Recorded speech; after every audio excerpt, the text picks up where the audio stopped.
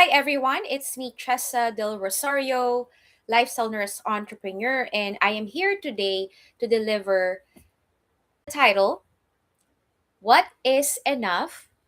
Redefining Success and Embracing Your True Calling.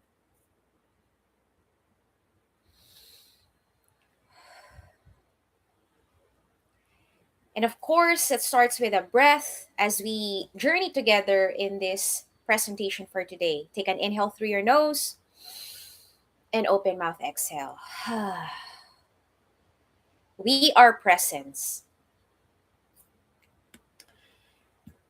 In our last video, we ask, why is success not enough? Today, let's answer what is actually enough. Also, something to ask yourself as we journey together, what if I stopped building someone else's life and started building mine? Know that much of what you carry was handed to you by family, culture, mentors, friends, colleagues, church, society, and the external world. And you have full permission to put it down.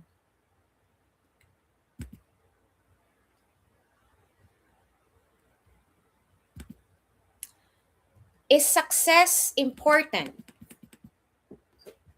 Yes, absolutely. But success is never worth it if you are sacrificing your dignity and self respect just to people please, meet everyone else's expectations, and force yourself into an old role that no longer fits. That mismatch is the exact definition of being out of alignment.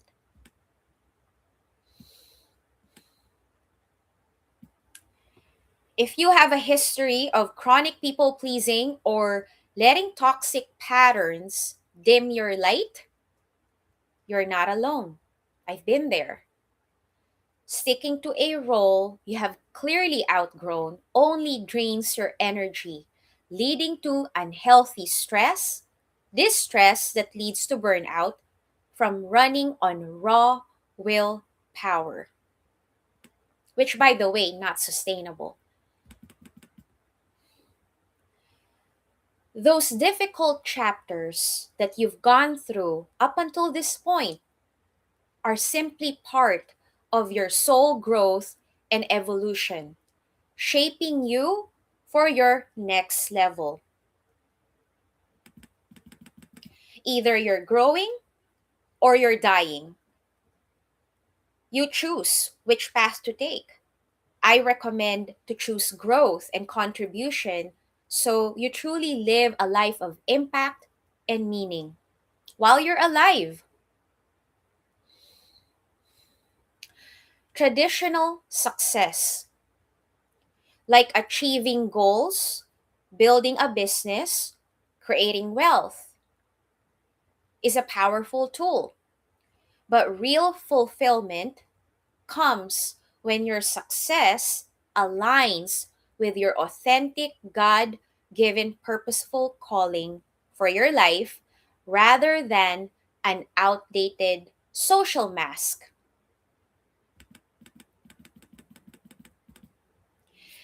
Even traits we view as flaws or something shame about, or we feel insecure about, carry a dual nature. Let me give you an example. Perfectionism.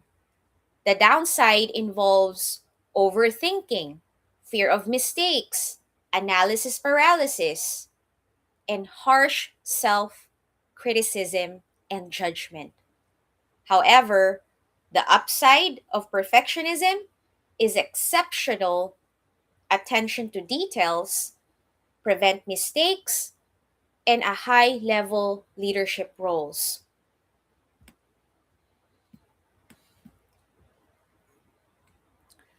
Next is stubbornness. The downside is resisting new perspective. Yet the upside is independent problem solving, creativity, and even pioneering vision when open to new insight.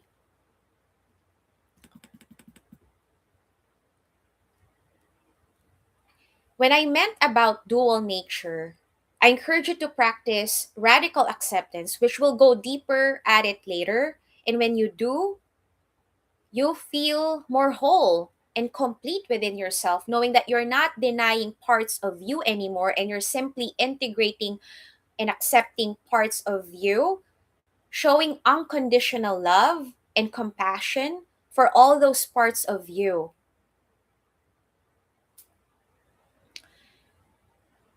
To resolve burnout, navigate this outgrown mismatch, and see people clearly behind their social mask, we focus on four core steps. Number one, here we go, radical acceptance of the living paradox. Stopping the inner fight against reality instead of wishing things were different. The living paradox means holding two truths at once, accepting where you are today while actively growing forward. This releases the invisible friction that exhausts your nervous system. An example, simply accepting past misstep while choosing to start fresh today. Second is withdrawing projections. Simple definition, stopping the habit of projecting your own assumption, conclusion, meaning onto others, even that may include past pain and trauma. And you're unconsciously projecting it onto others, which is not ideal. And I don't recommend that. And so, the more we take responsibility for our own mind, our own healing, our own feeling state, then we can simply control ourselves. And that's the healthy emotional regulation that I teach my clients. Of course, that includes the power of breath. And so that you don't dump it into others unconsciously. You may simply accept it even if you're not even aware of it at this time, and it's totally fine. Know that it can really happen for you. That is a potential. And when you do actually stop projecting your assumption on others, you can look behind their persona, behind the mask, and see clearly who they truly are. This protects your energy from absorbing unnecessary drama. And you can simply up level your experience by asking, is this mine or is this theirs? Love and light, prayers. And in that way, you're free, they're free. I learned my lesson, they learned their lesson. See?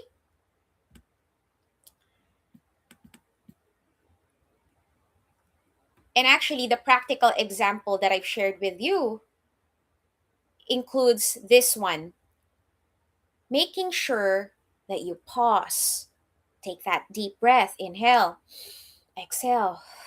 You may have two more. Inhale, exhale, inhale, exhale.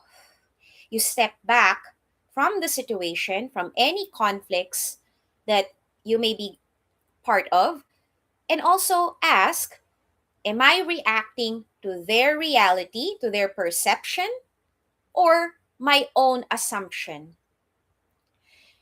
When I say assumption, by the way, there are, it could be two books that I studied on assumption. Number one is Don Miguel Ruiz perspective. When he wrote the book The Four Agreements, it says there is never assume.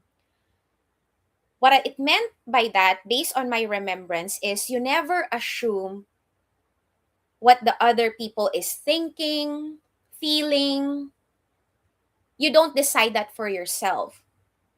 You can up level by going straight to the person and asking, how are you feeling? What have you been thinking? Simply go direct instead of creating stories behind behind his or her person's back. And instead going direct is you're just creating those stories. It's like a mental loop and it's not healthy. And you remain stuck in that constant overthinking, and it's such a waste of energy. So I encourage you to have a healthy communication with that person and simply ask, how are you feeling today? What have you been thinking? Instead of, again, creating stories. So that's Don Miguel Ruiz's perspective. And I remember, though, what book is that? Oh, The Power of Awareness by Neville Goddard, if I remember correctly, the author. And he discussed about the assumption. It is a different perspective that he has by saying, assume that you are the person you want to become. So, whoever you want to become, if you aspire to be an author, to be a sought after speaker for TEDx, whatever dream you have, assume it. If especially if you consider yourself as your perceived weakness and you're not great at that, it could be sales, marketing. You could simply say, I'm a master closer. I'm a great, excellent marketer. You already start saying that out loud with the I am, and then wear it, act as if, assume it that you are it, and it's already done. The more you practice it throughout the day, it becomes part of who you are, and that creates your new identity.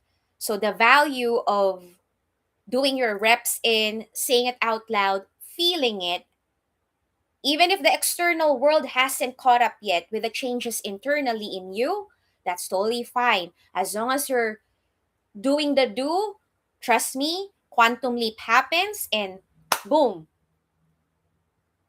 your dreams achieved and your vision fulfilled. And that's how God works. I've achieved so many dreams after dreams, visions after visions many times. And like I said in the last video, there's law of gestation and divine timing and order, that God is the best timing. Especially, you're not the only one learning from the experience, or other people involved learning lessons too in that experience itself. And in that way, you are free. You are at peace knowing that God is at work. And this is simply what it looks like while it's all coming together.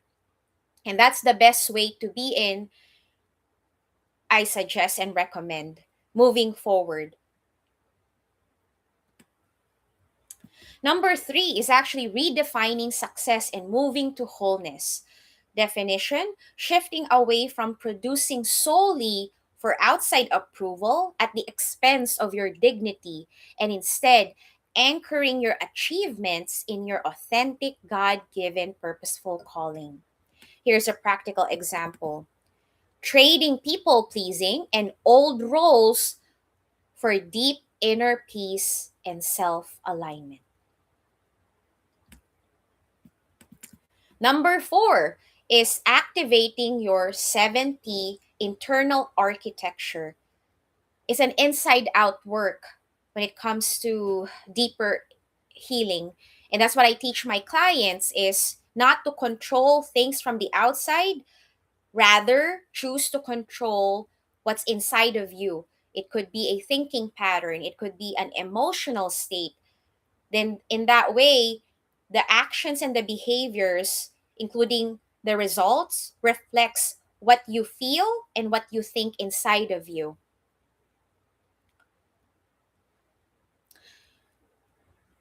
Here's a definition of this: achieving integration to wholeness and activating your 7Ps is truly important if you want to live in sovereignty. That includes peace, power, presence, purpose, passion, prosperity, and perseverance.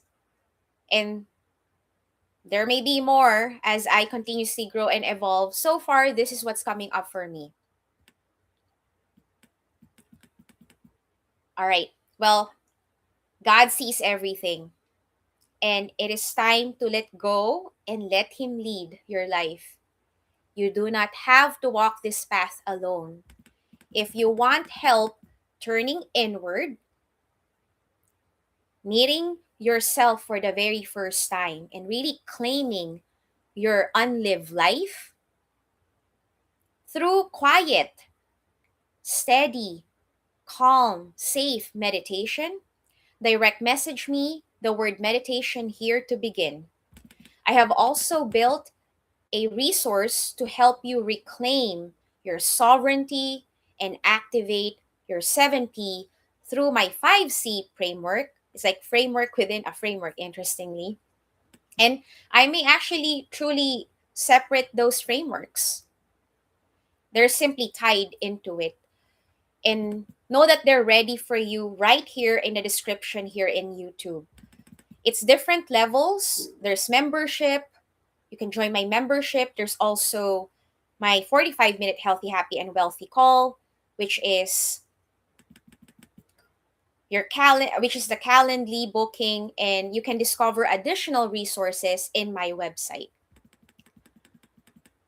My question right now for you is, what expectations are you ready to release today? Share your thoughts below with mutual respect, and I honor your reality and experiences. I tell my clients this: my experience, their experiences, and all people's experiences are valid. We all have lessons to learn, and I encourage you to embody respect for everyone's process and timing. And in that way, you're truly a beacon of unconditional love and light for the world.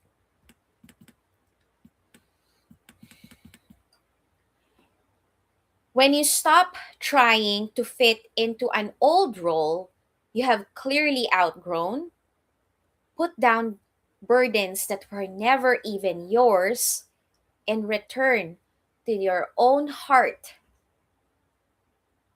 everything changes. As written in Jeremiah chapter 29, verse 11. For I know the plans I have for you, declares the Lord, plans to prosper you and not to harm you, plans to give you hope and a future.